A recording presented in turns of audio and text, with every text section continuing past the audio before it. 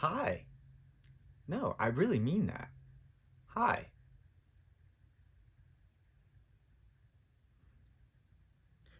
Today we're going to talk about Scream 2. What's going on, guys? Foos here, and we're back to talk about Scream 2. First of all, I just want to say thanks to everybody that checked out the Scream 1 review. Much appreciated. Really means a lot. Going to keep things rolling here with the Scream series. Scream 2, pretty damn good sequel. Came out December 12th, 1997. Again, written by Kevin Williamson, directed by Wes Craven. And this one follows Sidney a year after the events of the Woodsboro murders, and she's off at college. She's been followed there by Randy. They're off at Windsor College in Ohio, and we get a lot of our main cast of characters back for this one. Dewey back as well, still in law enforcement, and determined throughout this one to protect the survivors of the original events. He feels a duty to make sure that they stay safe. And as things start to break out in this one, he does everything he can to try to make sure that Sid's safe and, that this killer is caught.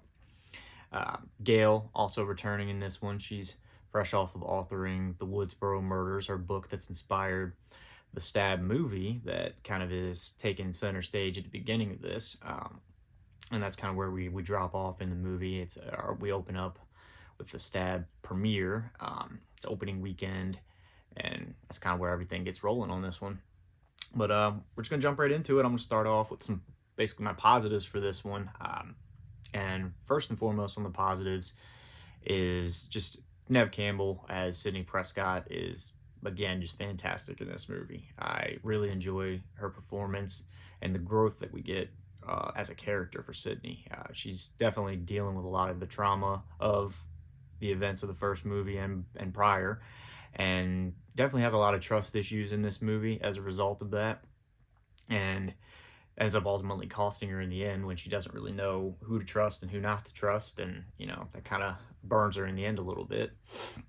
And you know we also get to see her really evolve into the badass that Sidney is, that we know her as. And one of my favorite lines in this movie comes from Sidney, and when she's confronting Mickey after he's revealed himself to her, and she tells him, "You're forgetting one thing about Billy Loomis. What's that?" He goes, "I fucking killed him." And she just goes full badass mode after that. It's shit like that in this one that I really enjoy from Neve Campbell. She's goes full badass final girl mode. And another thing that I really enjoy as far as positives on Scream 2 is the killers. Speaking of Mickey, both killers in this one, Mickey and Mrs. Loomis, I think are great. The motives are fantastic as well, and how they kind of intertwine with each other. While Mickey's motive is just basically, he's crazy, for lack of a better word. He's insane, and he has this whole grand illusion of the trial and how everything's going to play out for him in the end. But at the end of the day, Mickey is just insane.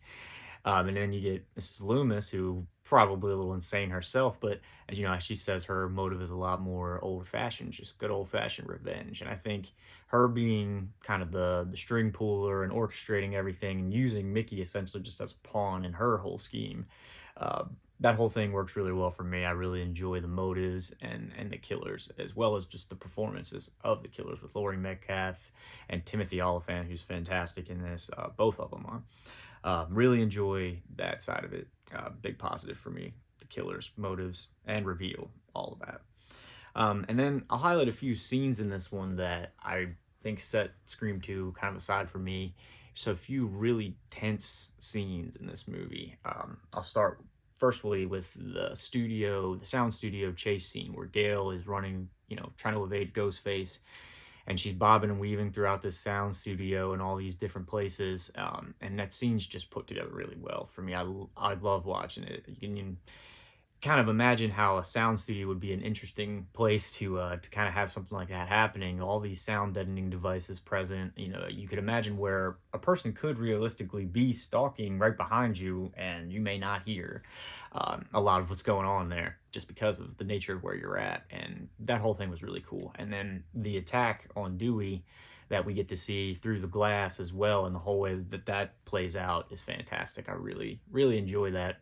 And even if, I mean, I say this, but I really do enjoy the way Dewey progressed throughout the rest of the movies, and it would have sucked to not have him. But if that would have just been a death for Dewey right there, honestly, it would have been put together extremely well, I felt like. Another scene that I'll move to on that same sort of sentiment is that scene after the car crash where the FBI agents are attacked and the car crashes, and we've got Ghostface in the front seat, kind of, we don't know if he's dead, he's passed out, pretty sure he's not dead. Um, and Sidney has to attempt to escape this car without alerting Ghostface, and it's just one of those white knuckle type scenes as you're watching, especially for the first time, where you're just kind of, oh my gosh, you're kind of sweating for him.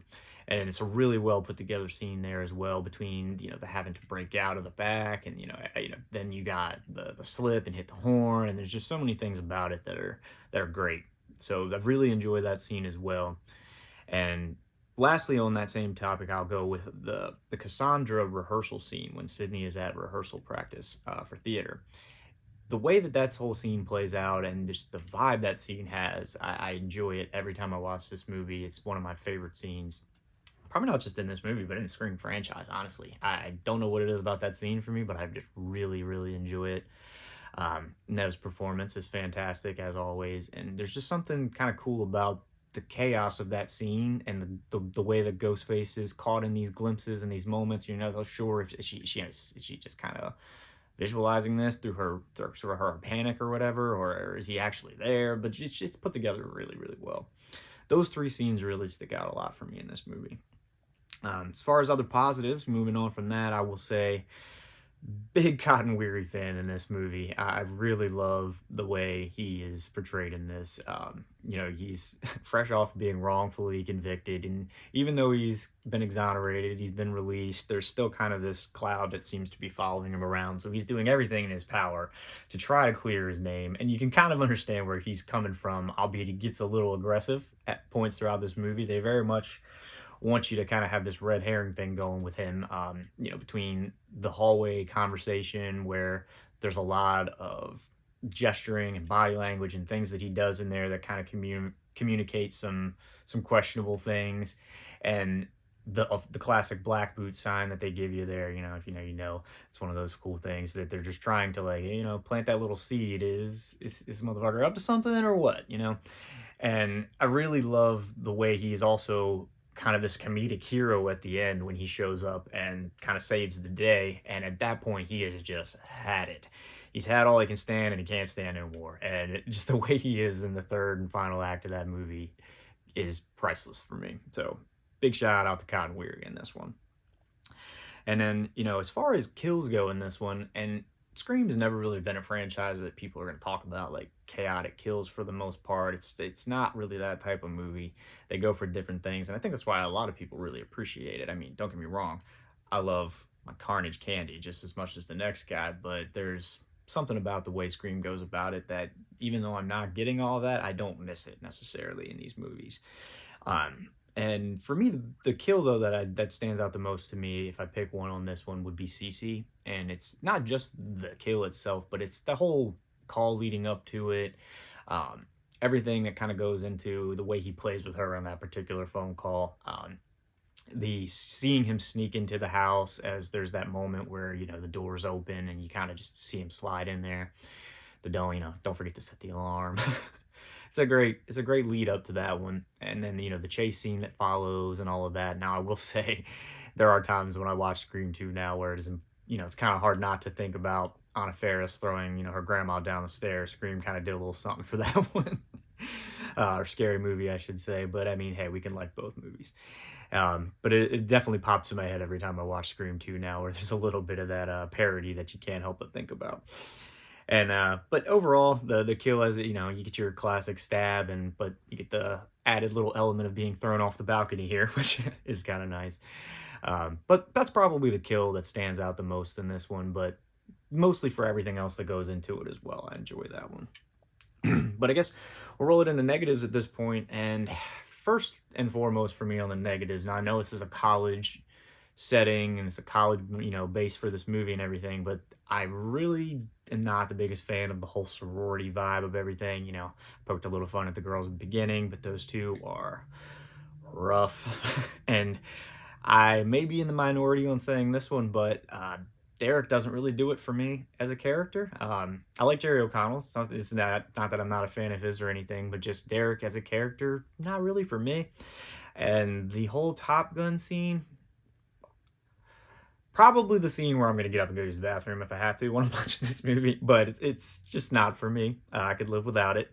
That would be definitely a negative if I'm pointing something out. And also the the way that they approach the stab aspect of things here, where there's times, particularly I'm thinking of the scene where you're getting this TV interview where Tori Spelling is talking to this TV host about the movie upcoming, and not only does she spoil the entire movie, and I'm sure everyone has noticed this at this point, but she's sitting there talking to this woman and tells her, "Oh yeah, I play a character, blah blah blah, who finds out her boyfriend is a serial killer and also killed her mother the year before," and it's like, well, I guess they don't really need to watch the movie now, you know. But and then they go into this clip of the movie, and we get to see Luke Wilson and her playing this campy to the point of cheesy sort of portrayal of the events of the first movie.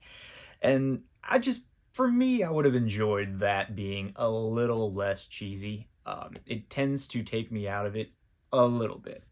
But outside of that, my final negative I will leave with here is just this could be a little bit of syndrome of the opening scene of the first movie being what it was, but I feel like the opening of this one was a little bit of a letdown. Um, the whole movie theater setting and everything, not that that's bad. I kind of enjoy that. The stab premiere setting is kind of cool.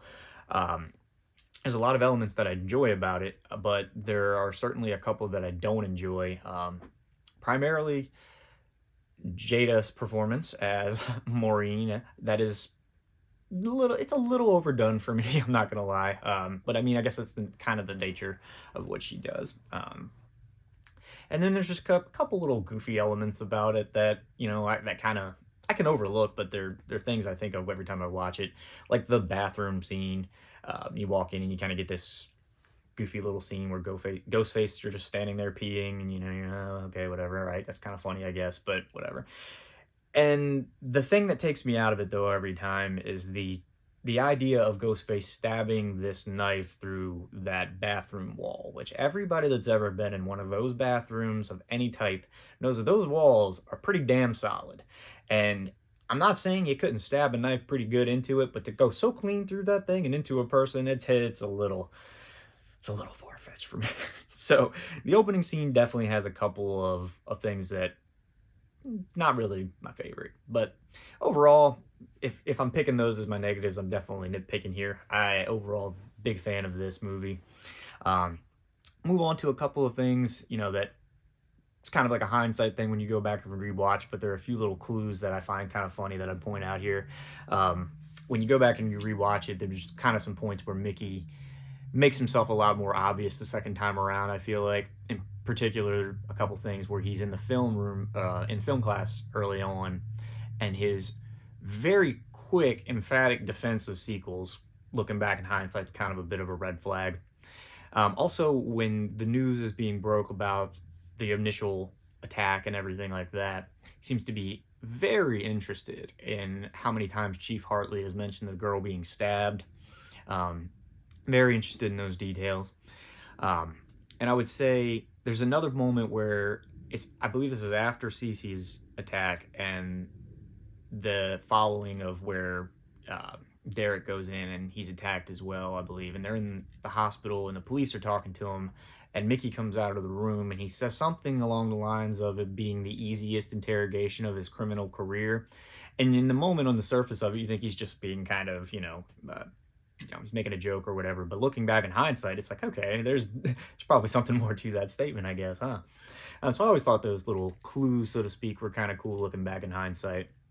But final thoughts on this one, I'll say, first and foremost, R.I.P. Randy. You will be missed. And he called it again, guys. I mean, he called it again. In the first movie, he was pretty quick to question Stu and to point out Billy. And in this one again, he calls out Mickey, the creepy Tarantino film student, but quickly takes off the trail though because that makes him a suspect too. But he called it. And another one I'm going to shout out in this one, as far as a character goes, is Joel, the cameraman. Joel is fantastic. He's one great line after another in this movie for me. Between I want to report the news, I don't want to be the news, talking about his previous cameraman, this man's not in the union anymore. You're going to come back when you start talking about something a little less Saved by the Bellish. I mean, just fantastic. I mean, he's one of the greatest comedic parts of this movie, aside from Randy, I'd say. And yes, you better believe he got that on film. And then lastly, I'll say just a little tidbit of this one that I really enjoy is that they continued the use of the Nick Cave and the Bad Seed song, The Red Right Hand, in this one. Ever since the first movie, the way that song was used in it, and then being brought back in the sequel here, and hearing it particularly early on, I was very excited with. There's something about that song, even though it's been in so many things over time and whatnot. It's synonymous with Scream at this point for me, and I'm sure a lot of people as well. But we get a pretty good surviving cast of characters out of this one as well, aside from my boy Randy. Gail survives, and I know I said in the last review, I'm not gonna be sad if Gail is in Scream 7. And before that gets anybody all upset, I will say I do very much appreciate Gail as a character. I do just think that her time with Ghostface is coming for, she got to pay for some of the things she did over the years. That's all I'm saying. And I'm kind of ready for the moment. That's all. Dewey survives in this one as well. From being attacked in the sound studio, he gets to stick around, and we're all set up again for another part of the trilogy here, as it was originally intended to be. So yeah, looking forward to reviewing Scream 3. As far as this one here goes, if I'm putting a rating on Scream 2, it's 4.5 stars for me. Just a little dip below the first one, but a very solid sequel, and especially if you consider they turned this thing around in about a year. I mean, the success of Scream 6 Scream in 1996 rolling into this so quickly, and it being what it is, I'd say, is extremely impressive. And I'm definitely looking forward to following this up with Scream 3. That is one that I've definitely grown more fond of over time. Early on, it would have probably been the bottom of the list for me, but it has definitely risen. And some of that might be less about what it's done and more about what other parts have done, but we'll see. But Scream 3 definitely is one that I've grown to appreciate more over time, in particular Roman Bridger, but we won't get too much into it now. Look forward to that one. And appreciate you guys for checking this one out. And like, comment, subscribe, share the channel if you're enjoying it. And I appreciate you guys. And we'll see you next time.